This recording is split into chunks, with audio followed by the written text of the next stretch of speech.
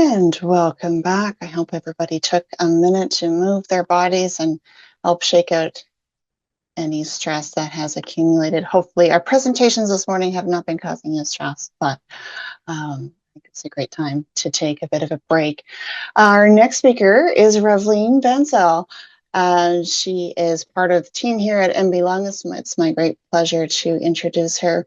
Ravleen holds a Bachelor of Arts, which is a joint honors in psychology and English from the University of New Brunswick, and has been involved in community health and research work ever since. Ravleen spent a year working with children on the autism spectrum, an experience that sparked an interest in inclusive and supportive care systems. During university, Ravleen was heavily involved in research with a focus on different topics such as cognitive processing and quality of life for youth with autism. Currently, they work as a health programs coordinator at NB Lung, where they lead a cannabis harm reduction initiative aimed at equipping healthcare providers with the essential tools and knowledge needed to engage in meaningful harm reduction discussions with their patients. So it's my great pleasure to pass the floor over to you, Ravleen. Hello, I assume you can hear me now? Yeah, yep, we're good. Perfect. Good morning, everyone. Like Melanie said, my name is Ravleen Bansal, and I'm a health programs at the New Brunswick Lung Association. And I've had this nice opportunity to take a lead on our cannabis harm reduction initiative and have had the opportunity to consult and collaborate with a lot of healthcare professionals across the province so that we can all learn how to use cannabis safely if we do choose to use it. Yeah, I was gonna talk a little bit about who NB Lung is, but then I was like, oh, Melanie's already done that. And if you're attending the symposium, you probably already know who we are. So before I jump into the new initiative that we launched, I wanted to talk a bit about the first cannabis harm reduction initiative that the New Brunswick Lung Association started about 2 to 3 years ago. The reason why we started this initiative was that at the time there was this atmosphere where cannabis had become legalized and a lot more people started using cannabis, and smoking was the most popular method. But a lot of healthcare providers weren't really sure how to talk about cannabis with their patients because of a combination of factors. Firstly, there wasn't a lot of research on cannabis use up until that point because it was an illegal substance, so there was very limited evidence. Secondly, there are not a lot of dosing guidelines for cannabis use either for other substances, like if you're using alcohol or drinking alcohol. If you have 2 drinks, you can stay safe. But it's been hard to try to create such guidelines or baselines for cannabis use because of the limited research and because there's a variety of ways in which you can use cannabis, whether you're smoking it, eating it, applying it as a cream on your body. And a third strong factor is that the public has a lot of strong beliefs about their cannabis use. Many believe that it brings them medical benefits, helps them with their mental health or with their insomnia or any other such things. So because of public strong beliefs and because healthcare providers weren't really sure about the research and what the risks are, what harm reduction advice to give, that combination made it very difficult to try to talk about cannabis with the patients. So NB Lung worked on a project with the New Brunswick Medical Society, and they termed it Cannabis Harm Reduction for Health Professionals. Essentially, this project was trying to address the increasing use of cannabis in our society, trying to create a consolidated resource that healthcare providers could go to learn about cannabis use and what harm reduction strategies they can try to share.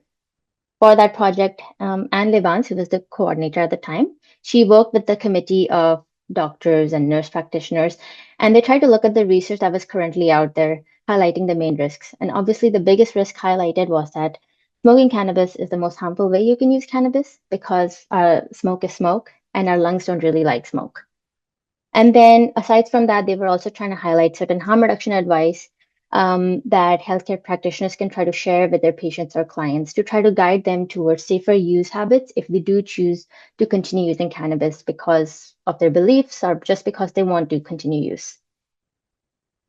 The aim of this project was that if healthcare practitioners, they know what the risks of cannabis use are and what harm reduction advice they can try to give patients, then they'll be more encouraged and more comfortable with having that conversation with their patients. Now, for this project's outcome and engagements, we successfully developed and distributed key resources, which I will show you in the coming slides. We also developed posters, such as the one you see on the slide here, just trying to inform the public that smoking cannabis is not safe because there was a big misinformation that it used to be safe, and trying to encourage them to talk to their healthcare provider to learn about safer methods that they can try to use. This resource was shared with thousands of healthcare professionals across New Brunswick and has reached multiple community health centers, even in remote areas.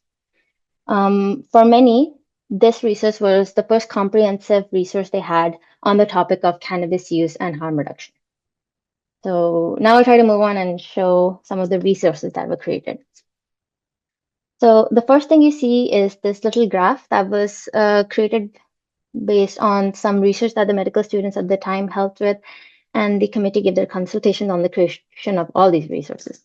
But this graph is basically trying to compare the different methods of using cannabis, smoking it, sublingual oils, and edibles, and it's comparing how quickly you'll feel the effects, how long the effects last, and um, when do you feel the peak effects. And it's meant to serve as an educational tools for healthcare providers to learn about the differences, but also when you're speaking with patients, you can try to guide them towards safer use depending on their lifestyle choices. So imagine if a patient is coming in and they're telling you that they smoke cannabis a lot because they feel like it helps them with their insomnia, then you can show them this graph and try to inform them that the evidence shows that, okay, smoking cannabis, the effects you're feeling very quickly, but the effects are wearing off very quickly. So how about if you do want to continue using cannabis, we try to switch to sublingual oils or edibles because we are concerned that the smoke from the cannabis might be harming your lungs and it's actually maybe not helping you with your insomnia so much. So maybe try the sublingual oils, the effects will last longer, and you can try to keep it at a low dose so that your lungs and your overall health is safe. The second resource created was this drug interactions card. Um, the way that cannabis interacts with medications and our body is still not fully understood because it's very complex. But at the time when this project was taking place, this was some of the preliminary information that the committee members and the medical students identified. So just trying to give a starting point about some things you can consider when you as a physician are trying to prescribe medication to someone if they are using cannabis, or just letting patients know that, have you thought about, I heard you're using cannabis and I know you take this medication, so just be aware that there might be some effects. And another resource we created was the screening prompt guideline, and it was just to try to encourage healthcare providers to try to begin asking that question, like, do you use cannabis? If so, how much? In the same way, we try to talk about substances such as alcohol or smoking cigarettes. Trying to like create a comfortable prompt so that we know some place to start. And actually, the new project I'll talk about basically expands on this resource.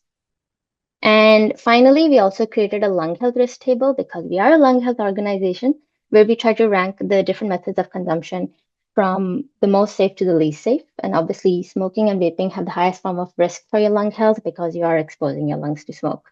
And then we also have some information about how you can try to reduce harm to yourself or suggest harm reduction strategies for your patients, transitioning away from smoke and encouraging the use of sublingual oils and edibles because you're not directly exposing your lungs to smoke.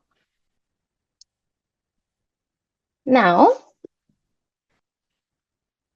so now we have all this information about what the risks of cannabis use are, the different methods in which we use cannabis, and what harm reduction advice we can try to share with patients. But it's still a little uncomfortable to try to talk about cannabis use with patients because there are such strong public beliefs about it, and it's relatively new legalized substance that many are still not comfortable talking about. So then we began this second project, which we call Harm Reduction Education for Physicians and Training around Cannabis Use. I know it says physicians and training, but really it's for any healthcare provider who could potentially talk about substance use with their clients or their patients. And we are targeting students in this project a bit more. And the idea is that if we target students in healthcare fields, whether they're medical students, nursing students, social work students, if we try to give this information while they are in their formative years of training, then by the time they graduate, they'll already be comfortable in trying to understand what cannabis is, what the risks are, and then they'll be more comfortable to approach patients with having that conversation, and they'll start thinking about cannabis in the same way we think about substances such as alcohol or smoking cigarettes. So now what this project is trying to achieve, we have this information, and now we want to learn how to have that conversation. So I looked at the research with the medical students and I consulted heavily with the committee. And we tried to find ways that we could try to teach healthcare professionals how to talk about cannabis use with their patients. And obviously, a lot of it can be used from the 5 A's model for smoking cigarettes and such, because cannabis has much more limited research. So after a lot of consultation and literature review, we decided that a screening guideline might be an appropriate method that we can try to approach this conversation. Um, so the screening guideline could depict a dialogue between a healthcare provider and a patient and how they try to talk about cannabis depending on the person's health context or their age. And this felt like it was the most sensible next step in light of the limited evidence that cannabis has, and just as a like not trying to overburden healthcare providers with learning a very detailed research, but just trying to give them one step to try to understand how to approach that conversation. But before I started developing it, I did send out a survey to healthcare providers asking them what did they think. And firstly, a lot of them did say that there is a lack of formal training on cannabis harm reduction, and majority agreed that the cannabis harm reduction screening guidelines would be a valuable tool to try to understand how to have that conversation. And then this is maybe something interesting to know, at least for me it was, but only 3 participants in that survey reported that they know that NB Lung has a resource on cannabis harm reduction, suggesting that there's low awareness about the availability. So my goal has been over the past year and in the coming year to try to give more presentations or make more awareness so that people know that there is a resource out there if they want to learn about cannabis harm reduction for their own sake, or so that they can learn how to better advise their patients and clients. I also consulted with the committee where we have a doctor, a nurse practitioner, and clinical psychologist, and they all also agreed that this would be the most sensible next step in light of limited evidence. So we decided to create a screening guideline document where we mimic 4 conversations between a healthcare provider and a patient in different scenarios. So one is a dialogue with a general average adult, one is a dialogue with a teenager, a pregnant person, and an older adult. And these various scenarios will be very useful because they can try to depict how we can try to tailor cannabis harm reduction conversations depending on the person's age, their context, what their health needs are, what their lifestyle may look like. And yeah, to make this process more accessible, also, we did create video versions of all of these dialogues. Everything will be available in English and French, and it's all up on the NBLong website, newly launched just this month. I will maybe try to play a small clip of the video if we have time, because well, the dialogues are like 4 or 5 minutes long as well. Just before we jump into the video, though, I want to explain what the dialogues actually consist of. And the committee, they gave a lot of consultation into these dialogues because I am not a healthcare provider, so I might not know how the conversation might look like. So they gave a lot of their input on how the conversation would flow. Firstly, we have those 4 dialogues, and in all of those dialogues, we are trying to highlight that smoking is the most harmful way that you can use cannabis. And if you can, you should either try to reduce your smoking habits or maybe try to switch to safer use methods like sublingual oils or edibles. But also, while I was speaking with the committee, they would tell me that you have to highlight certain risks depending on the demographic you're speaking with. So, for example, if you're speaking with teenagers, you want to highlight that their brain is still developing till the age of 25. And the research shows that if you're smoking heavily at high doses at a young age, then it will impact your brain development in the long run, especially affecting your cognitive processing skills or your coordination skills. Or if you're speaking with someone who's pregnant, you want to highlight that using cannabis heavily, it might have an effect on the fetus's development in the long term. There's still not strong conclusive results, but it's just safer to assume that it is affecting the fetus in the long run. And then, besides the list of risks, the committee also gave me a lot of advice about certain things you need to keep in mind depending on the demographic you're speaking with. So, for example, if you're speaking with a teenager, you want to keep the conversation short and sweet because no teenager is really interested in being lectured about how they should live their life, especially at that, because they're at that stage where they want to rebel and explore. So just trying to focus on the main risk that smoking is harmful for this and that reason, and trying to share maybe 2 or 3 harm reduction strategies that they can try to follow. Or if maybe we are speaking with an older adult. In that population, especially, substance use is not talked about a lot, and they may be uncomfortable talking about their cannabis use. So trying to ask their permission a lot, making sure they're comfortable throughout the conversation. And if they're not comfortable, then we can just refer them to the NB Lung website, and they can just go learn whenever they do feel ready and comfortable. And letting them know that they can always come back and talk to you whenever they feel like. So I created those 4 dialogues, and I have a list of risks and conversation strategies accompanying all of those dialogues, so that even if you don't want to watch the full video, you can at least have these things to consider depending on when you go into a conversation with your patient. And then after I list out the risks and conversation strategies, we actually jump into the dialogue, which is about 2 to 3 minutes. I try to not make it too long and overbearing. And as we go through the dialogue, it shows you these check marks letting you know that this is the conversation strategy used at this point. And I think we have enough time to show you like maybe 2-minute clip of the video, so I'll try to do that.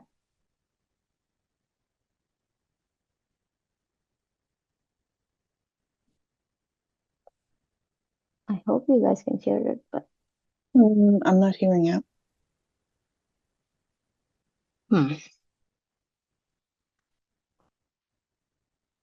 It says everything's working from here, but I'm not sure then why not.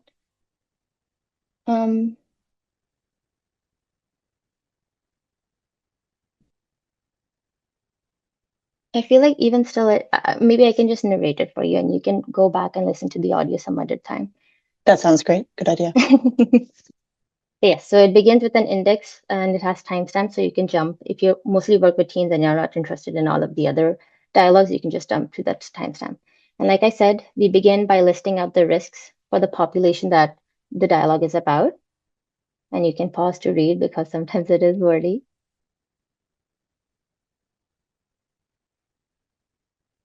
Jump forward here a bit. And then we shift the focus to conversation strategies that you can keep in mind for the population you're speaking with.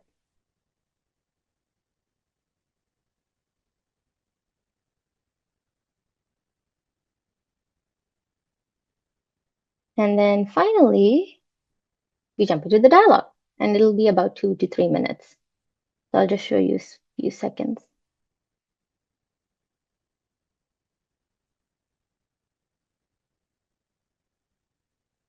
And we can certainly pop the link to these videos into the chat.